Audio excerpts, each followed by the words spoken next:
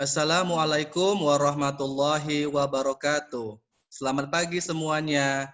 Jumpa lagi bersama saya Muhammad Jamhari MPD sebagai pembimbing Olimpiade Biologi di SMA Unggulan CT Foundation Deli Serdang. Hari ini kita akan membahas soal-soal Olimpiade untuk prediksi KSK tahun 2021.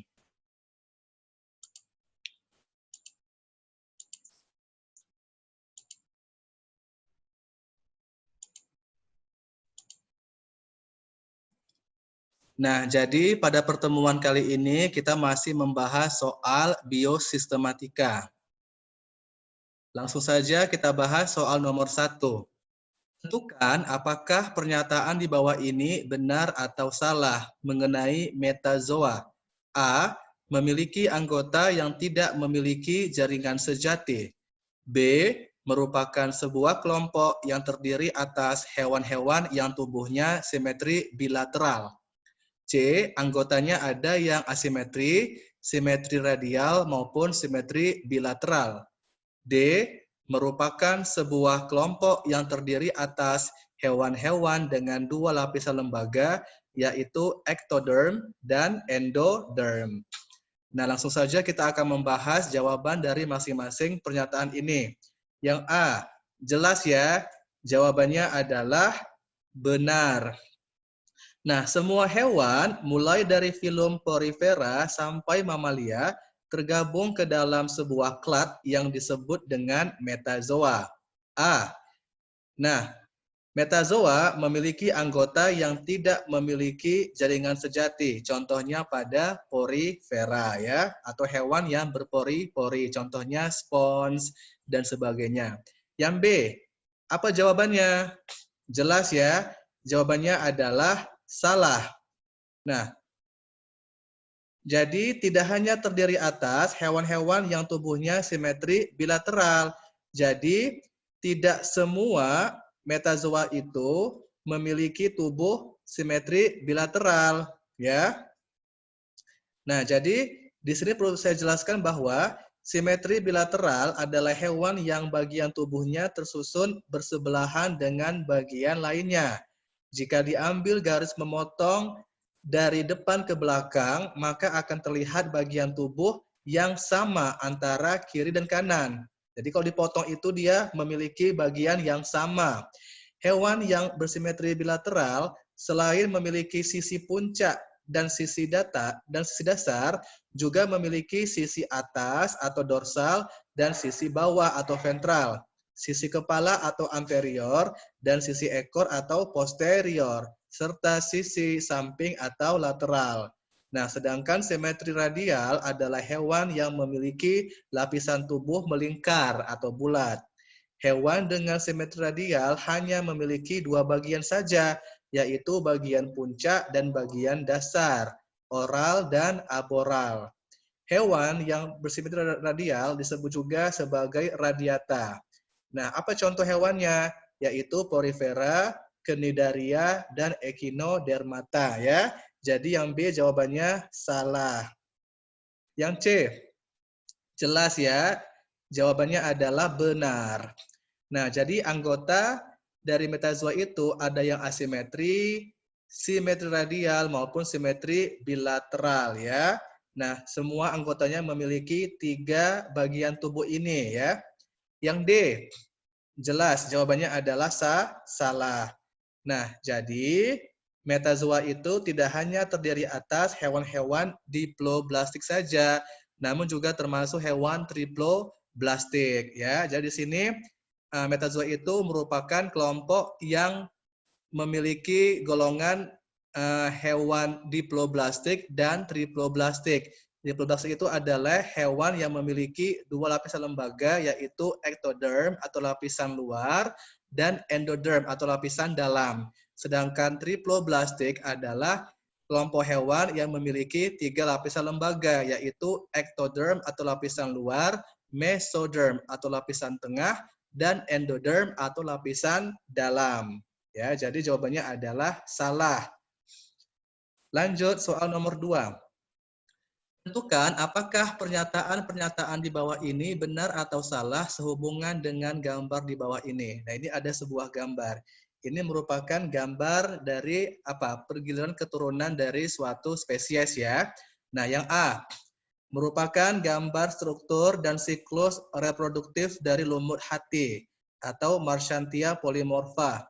B. Merupakan generasi sporofit yang menghasilkan spora haploid atau N. C. Pada A, ya pada gambar A ini terdapat antheridium. Bagian D, pada B terdapat archegonium. Nah, langsung saja kita bahas jawabannya ya.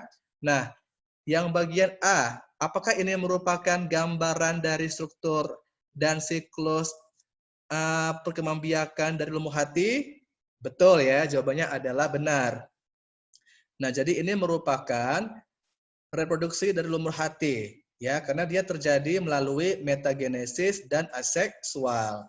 Nah, di sini perlu saya jelaskan bahwa metagenesis merupakan pergiliran keturunan dari gametofit ke sporofit. Pada metagenesis terjadi pembuahan atau seksual, kemudian dihasilkan spora.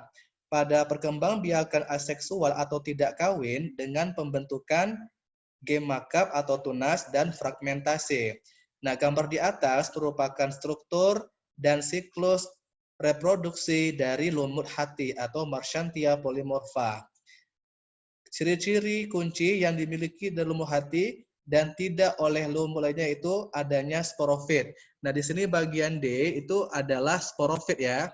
Nah, ini adalah sporofit yang hanya dimiliki oleh lumut hati saja dan tidak ditemukan pada jenis lumut yang lainnya. Nah, artinya pada sporofit ini yang bagian D itu arahnya ke bagian bawah. Nah, bandingkan dengan sporofit lumut daun dan lumut tanduk yang menjulang ke atas. Nah, berarti di sini ciri-ciri dari sporofit pada lumut hati itu dia arahnya ke bagian bawah ya. Ke bagian bawah. Nah, kemudian lumut hati juga memiliki anggota, contohnya Marchantia, yang struktur reproduktifnya merupakan suatu struktur yang bertangkai. Jadi pada gametofitnya itu dia memiliki struktur yang bertangkai, yaitu archegoniophore, yang ditunjukkan pada gambar A. Nah, ini merupakan archegoniophore ya, dan B disebut juga dengan anteriodophore. Nah, pada masing-masing struktur terdapat archegonium, C disebut dengan archegonium, dan D adalah antheridium ya. Jadi A adalah archegoniophore, B anteriodophore, C archegonium, dan D antheridium. Nah, gametofit terdiri atas antheridium atau sel kelamin jantan berbentuk seperti gada yang menghasilkan sperma, sedangkan archegonium atau disebut juga dengan sel kelamin betina berbentuk seperti botol yang menghasilkan sel telur. Ya. Nah, tumbuh lumut ini mengalami pergiliran keturunan dalam daur hidupnya. Tumbuhan lumut yang sering kita jumpai merupakan bagian perkembangan lumut pada tahap gametofit atau tumbuhan penghasil gamet yang bersifat haploid atau N. Nah, sel-sel kelamin jantan atau sel sperma dihasilkan dari antheridium dan sel-sel kelamin betina atau sel telur atau ovum terletak di dalam archegonium. Antheridium yang masak atau yang matang akan melepaskan sel-sel sperma dan akan jatuh ke dalam archegonium. Sel-sel sperma berenang atau pembuahan terjadi apabila kondisi lingkungan basah menuju archegonium untuk membuahi ovum atau sel telur. Maka yang A merupakan siklus perkembangbiakan dari lumut hati ya. Yang B, E. Nah, ini ya, E merupakan generasi sporofit yang menghasilkan spora haploid. Jawabannya adalah benar ya. Nah, berarti di sini sporofitnya dia hanya menghasilkan spora yang bersifat haploid saja atau N saja. Yang bagian C, pada A terdapat antheridium. Salah ya. Nah, tadi udah saya jelaskan sebelumnya bahwa A ini adalah archegoniophore, B antheridophore, C adalah archegonium, dan D adalah antheridium. Maka C dan D jawabannya adalah salah ya. Oke, pertanyaan terakhir. Perhatikan fenogram yang dihasilkan dengan metode UPGMA di bawah ini. Nah, ini merupakan ilustrasi gambar dari fenogram yang dihasilkan menggunakan metode UPGMA ya. Tentukan apakah pernyataan di bawah ini benar atau salah mengenai fenogram di atas. A. Fenogram di atas menunjukkan hubungan kekerabatan antar taksa berdasarkan sejarah evolusi yang dilalui taksa-taksa tersebut. B. Taksa yang kesamaan karakternya paling banyak adalah taksa C dan D. C. Jika jumlah karakter yang dipakai untuk membuat pohon di atas adalah sebanyak 40, maka 23 karakter yang dimiliki oleh A dan B memiliki sifat yang sama. Dan D, nilai X ini ya adalah sebesar 2,5. Nah, kita bahas jawabannya. Nah, di sini ditunjukkan sebuah fenogram yang dihasilkan menggunakan metode UPGMA ya. Yang A, jelas jawabannya, salah ya. Nah, mengapa salah? Karena di sini fenogram itu merupakan sebuah diagram yang menggambarkan hubungan kekerabatan antar taksa berdasarkan kemiripan karakter yang mereka miliki tanpa mempertimbangkan aspek sejarah evolusinya. Berarti di sini tidak melihat sejarah atau histori dari evolusi tersebut. Itulah yang disebut dengan fenogram ya. Berarti A jawabannya adalah salah. Yang B, jelas ya, di sini jawabannya adalah salah. Nah, taksa yang kesamaan karakternya paling banyak adalah taksa dengan nilai jarak yang paling kecil. Jadi, di situ kata kuncinya adalah kesamaan karakter yang paling banyak itu dilihat dari taksa dengan nilai jarak yang paling kecil. Nah, jadi pada fenogram di atas, maka nilai terkecil ini ditunjukkan oleh taksa A dan B sebesar 8,5 ditambah 8,5 sama dengan 17. Jadi jawabannya bukan C dan D, melainkan A dan B ya, yang memiliki karakter paling banyak. C. Apa jawabannya? Benar ya, betul. Nah, jika jumlah karakter yang dipakai untuk membuat pohon di atas adalah 40, maka 23 karakter yang dimiliki oleh A dan B memiliki sifat yang sama. Jelas ya? Nah, karena di sini A dan B memiliki jarak sebesar 17. Nah, dari penjumlahan 8,5 ditambah 8,5. Nah, jarak di sini adalah banyaknya karakter dengan sifat yang berbeda.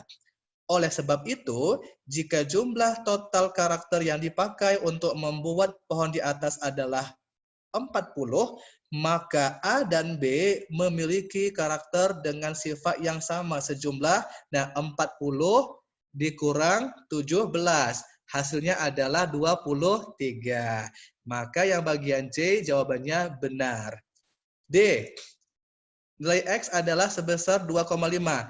Nah, X ini apakah nilainya 2,5 atau 2,5? Jawabannya adalah benar ya. Nah, nilai X diperoleh dengan panjang cabang V. Ini ya, ini cabang V dikurang cabang U. Ya, jadi untuk mendapatkan nilai X ini, maka hasilnya adalah panjang cabang V dikurang panjang cabang U. Nah, di sini panjang cabang V adalah 11 dikurang cabang U adalah 8,5. Jadi 11 dikurang 8,5 hasilnya adalah 2,5. Maka yang bagian D jawabannya adalah benar. Nah, demikianlah pembahasan soal untuk bidang biosistematika. Nah, apabila ada pertanyaan silakan ditanyakan di kolom komentar. Sampai jumpa pada pertemuan selanjutnya. Wassalamualaikum warahmatullahi wabarakatuh.